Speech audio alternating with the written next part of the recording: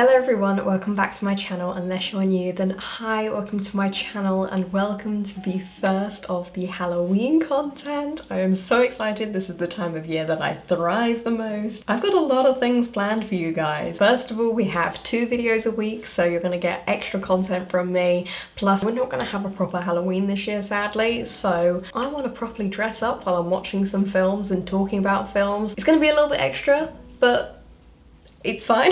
And we're just gonna have a load of fun with Halloween because it is my favorite time of the year and this is the first time in 4 years I will not be working it. So I am going to milk this month, okay? Let me enjoy Halloween. So today I'm here with a list of 20 horror Halloween films that I think you should watch throughout the month of October. I mean, you can watch this any time of the year, but you know, Halloween is just around the corner now, and what perfect time to watch horror films than right now. Obviously these aren't all your typical horror films. We've got psychological thrillers, we've got comedy, horrors, we've got all sorts of different things, so there's a little something for everyone I feel in here. Obviously I've not seen every film in the world, although I'm going to try my best to get through so many more horror films throughout the month of October. I think I've come up with a good list of 20 films that you should watch. These are all films that I thoroughly enjoyed, and I'm just going to talk through them without any spoilers. Obviously this is a spoiler-free zone. I'm trying to get you to watch these things, not tell you what they are so you can't watch it and it's spoiled. So we're just gonna get straight on into it and talk about all the horror films you need to watch this Halloween. So I'm gonna start off with my favorite film of all time. Not just horror film, favorite film of all time. It's one of the posters behind me. It's Hereditary.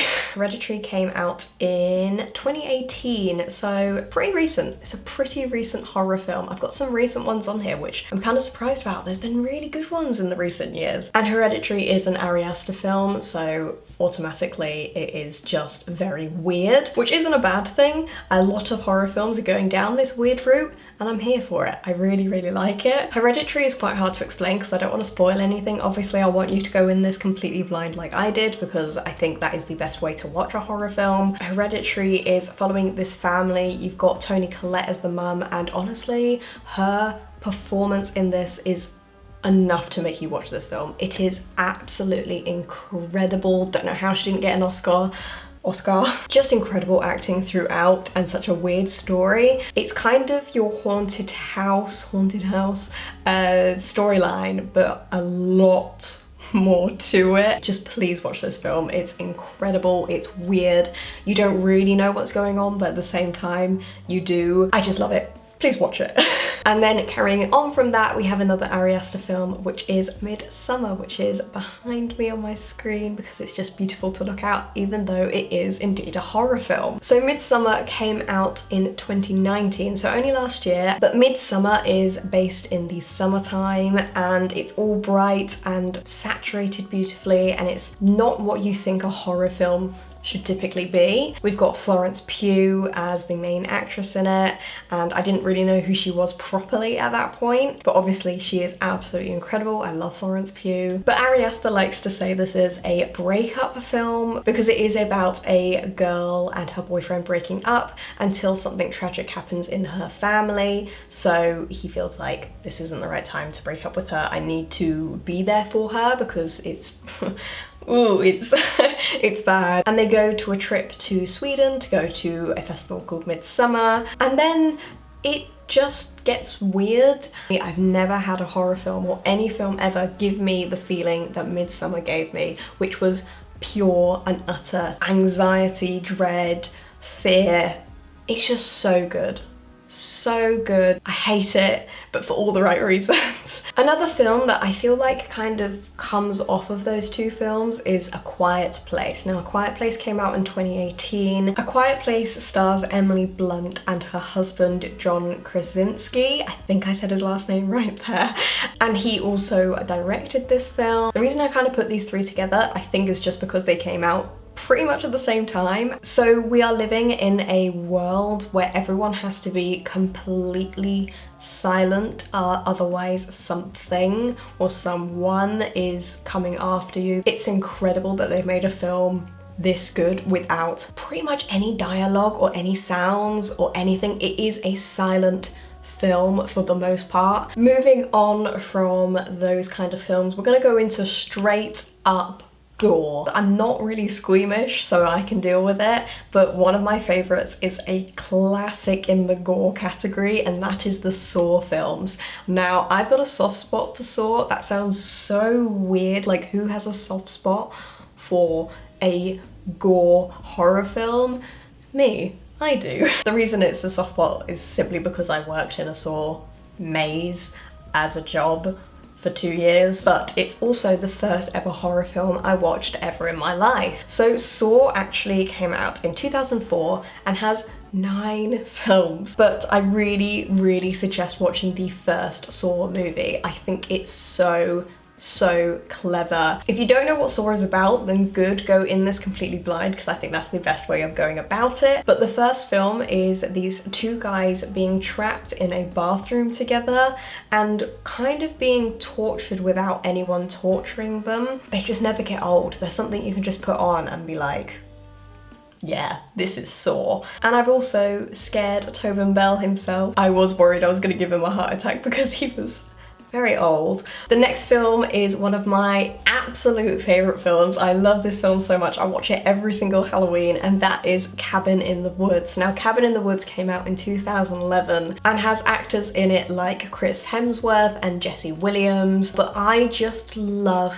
Cabin in the Woods. There's something about it. This is definitely more comedy. This has the comedy element in it. And I think in a horror film sometimes you do want that bit of comedy just to release the tension a little bit, and this does it perfectly in my opinion. It's a perfect balance. I don't think you understand how difficult it is to explain horror films without spoiling anything, because obviously the whole horror is the spoiler, so I'm really trying to do this as brief as possible. So Cabin in the Woods is your classic group of friends go to a cabin completely alone in the woods, and then something scary happens.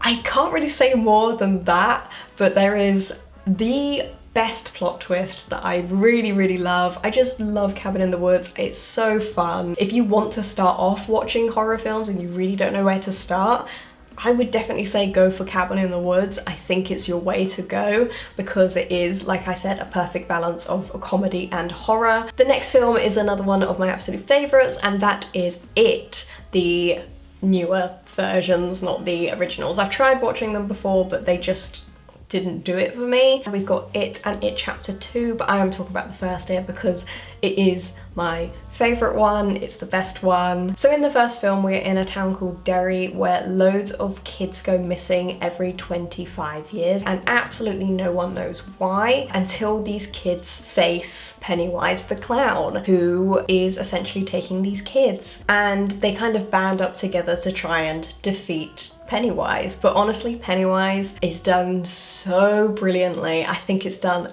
amazingly. It's Bill Skarsgård and it's just so good. I absolutely love it. It's one of my favorite characters in a horror film. But again, it's a good comedic one. There's a lot of comedy and a lot of horror. I would definitely suggest watching it even if you are quite new to horror and you're not really sure if it's going to be too scary. I know a lot of people who are absolutely terrified of everything and have watched it and weren't scared of it, so definitely give it a go. I absolutely love it. Even the second one I did enjoy. The next film we're going to talk about is the Blair Witch. Again, I have a soft spot for the Blair Witch. I also was in a horror maze for the Blair Witch, so I'm gonna have a soft spot for it. I'm talking about the 1999 version and also the 2016 version. I think both are pretty good. This is one of the most scariest one on this list because it really is you're alone in the woods kind of thing, which terrifies me personally. So both Blair Witch films are kind of the same thing, but one is the first version and then the second one is many years later, and they've seen the first film basically. It's quite clever how they've done it in my opinion. I quite like it. But the first film is a group of teenagers going into the woods to find the Blair Witch. They all don't think it's real, it's made up, and the Blair Witch kind of just plays with your mind, plays with time. You don't know how much time has passed, and some people it's passed more than others, and it kind of keeps going like that, and it's so good, it's so clever. You never really know exactly what is happening or how it's happening but it is freaky, it's scary. I think I prefer the first one to the second one just because of that mystery element to it. The next film is from 2019 and that is Us. If you haven't seen Us before, definitely you need to go watch this. This was such a good film. I loved it. The acting was, oh my goodness, incredible. The whole thing of Us is if we have like a parallel universe to Us, and it's just weird and creepy, and going along from that, because I feel like it has the same kind of vibe in a way, is Get Out. Get Out came out in 2017 and Daniel Kaluuya is in it. He's the main character. He's once again incredible in it. Some of these actors at the moment in horror films are amazing, like so amazing. Horror does not get enough recognition for the actors or the genre in general, but it's about a guy who's going to meet his girlfriend's parents for the first time and her whole family, and when he gets there he realizes it's all a little weird, he shouldn't really be there, and that's all I can really tell you without spoiling anything, which really sucks because I really want to persuade you guys to watch this because it is very good. The next film is Parasite, another film that I've got behind me on a poster because I loved it so much. Parasite came out last year in 2019 and actually won Best Picture at the Oscars, so I'd be very surprised if you haven't heard of this film, but it is honestly so good. Lived up to the hype. I was a little bit worried because it was so hyped up that I wasn't going to be too impressed with it, but I was so impressed with it. So Parasite is a Korean film, so this is all in Korean. Please don't let that put you off. I know some people get put off by watching the subtitles or having subtitles on the screen. Please just watch it. You completely forget that they're even there. So Parasite is the biggest mix of genres ever. You've got comedy, you've got horror, you've got thriller, you've got mystery, you've got drama, you've got romance. There's a little bit of everything in there, which I think is incredible to be able to do that so well. And the acting as a whole, like I've never seen a group of actors do so well together. The poor family are trying to get into the lives of the rich family that they come across. So they get into the family by tutoring the children basically. So first of all, the poor son tutors the rich daughter, and then the poor daughter tutors the rich son. I'm trying to get this right. And then we have the mum being the cleaner of the house, and then we have the poor dad being the driver of the rich dad. So it kind of, they're trying to get their way in but pretending they don't know each other, if that makes any sense. And that's all I'm going to say because I really don't want to spoil it. I want you to go in this blind because I did. The next film is a way more light-hearted film, but it is a little gory, and that is The Babysitter, which it came out in 2017. Now, I saw this on Netflix like 2 years ago. Me and my boyfriend watched it and we were like, what on earth are we watching? It was weird, it was funny, it was strange. It was a lot more light than your typical horror. There was no like suspense throughout the whole thing. It really is just a lot of gore, a lot of comedy. But The Babysitter has like Bella Thorne in it, so that already tells you what kind of film it is, I think. This boy who's got a babysitter who's looking after him, and all of a sudden it turns out that she's trying to kill him, and it's just weird. It's so weird but so much fun. Next up we have Evil Dead, which is a classic. A lot of people really love this film. It came out in 1981, but they've also done a revamp of it in 2013. I feel like now is the years where everyone's like revamping really old horrors. I just thoroughly enjoyed it. I thought it was so good. I need to rewatch it basically because I can't really remember it, but it's kind of the same start of Cabin in the Woods, but it takes a completely different turn to Cabin in the Woods, completely different. But it's a group of friends who go and stay in the woods and find this thing that releases demons. We love that. My next option isn't actually a film because I felt like it just needed to be in this, even though it isn't a film, it's a TV show, which is The Haunting of Hill House. I'm sure you've all heard of it. It was a huge hype. It's about this family who live in a house that's haunted on a hill. But it is just shot so well. and there's hidden ghosts in the background, and the attention to detail is just incredible. You don't know what's actually going on until the last episode. Very much recommend watching it. It's full of suspense. The next one is also a little bit of a weird one because it is a play, but it's also a film, so don't worry, you can go see it. So I watched the play version first, and let me tell you, that was one of the most scariest things I've ever been a part of.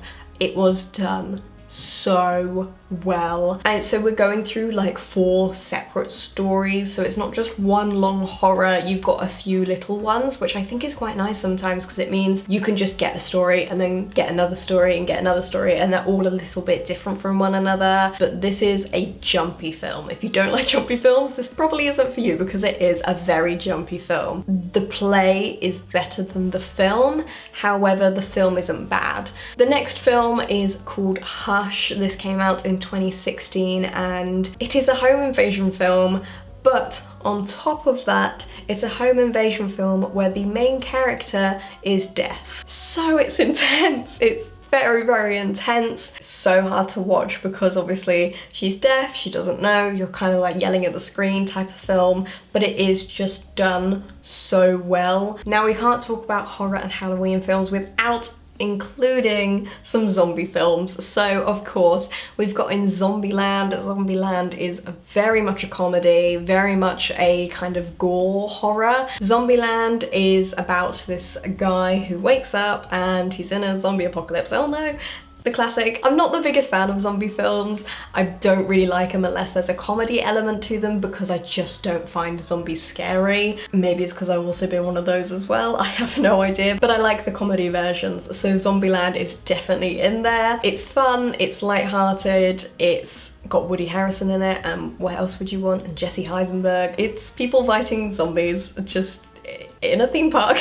And then moving on from that, we have Shaun of the Dead that came out in 2009. It's part of the Cornetto trilogy, if you know what that is. It's quite British, I think, so if you're not British, you have no idea what that is, just give it a quick Google. Shaun of the Dead was one of the first zombie things I ever watched, and I really did enjoy it. I thought this was quite fun. This isn't as serious as other zombie things I've seen. It's these 2 guys who are the actors, Simon Pegg and Nick Frost. They are trying to get away from the zombie apocalypse, and they're going to the nearest pub to do it. And it's that kind of British comedy. It's not really a horror in any way, but it's got the zombie element in it, it's got the gore in it, so I guess it does kind of count in the horror element of things, but just a lot more family friendly, if you will. The next film is from 2001 and it is Donnie Darko. I'm sure you've all heard of Donnie Darko in some way, but Donnie Darko is like I don't even know if I can say this, but it's the original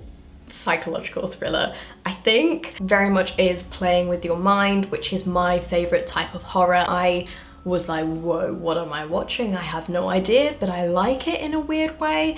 Donnie Darko is hard to explain because, again, you just spoil everything instantly. That is the thing with psychological thrillers. You can barely ever say what they are because otherwise you spoil it. But it's about a teenage boy who has a few mental health conditions, and he's very confused with what's real, what's not. It makes the viewer confused of what's real and what's not. I just really liked it because I really didn't know what was going on, and it was suspenseful, it was interesting, it was weird as hell. I mean, there's a bunny called Frank. I don't know what else to tell you. The next film I'm going to talk about is the VVitch, which is the witch but with 2 V's instead of a W, and this came out in 2015. Now, I only watched this yesterday because I have been needing to watch this film for so long, but it's just not available anywhere. We had to rent it, which is fine because it was really, really good.